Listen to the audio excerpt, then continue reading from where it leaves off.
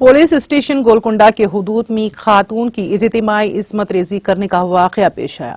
तफसीलात के मुताबिक गोलकुंडा के छोटा बाजार की रहने वाली एक खातून ने पुलिस में शिकायत दर्ज करवाई है कि उसका पड़ोसी और उसके दो साथियों ने उसे घर दिलाने के बहाने कार के जरिए शाहीन नगर ले जाकर इज्तिमाई इस्मत रेजी की। मुतासिरा खातून की शिकायत पर पुलिस गोलकुंडा ने इस सिलसिले में एक मुकदमा दर्ज करते हुए तहकीकात का आगाज कर दिया।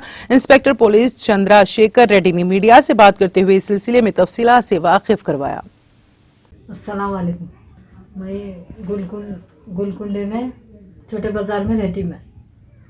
तो मेरे साथ ऐसा करा इन्हें, हरकत ऐसा करा उन्हें, मेरे साथ बाहर नहीं निकलने दे रहा, गन बता रहा, छुरी बता रहा और मेरे कार में ले वहाँ शाहीन नगर में घर दिला तो बोल के ले गया, बिठा के उन्हें मेरे को ले गया शाहीन नगर में घर दिला तो बोल के ले गया इन्हें मेरे को कार में बिठा के ले जाके हाथा पैरा बंदिया बन के कर दिया है। तो 3 जने मेरे, एक का तत्तू है, 2 जनों का नहीं मालूम, उसको नाम याद है उसको।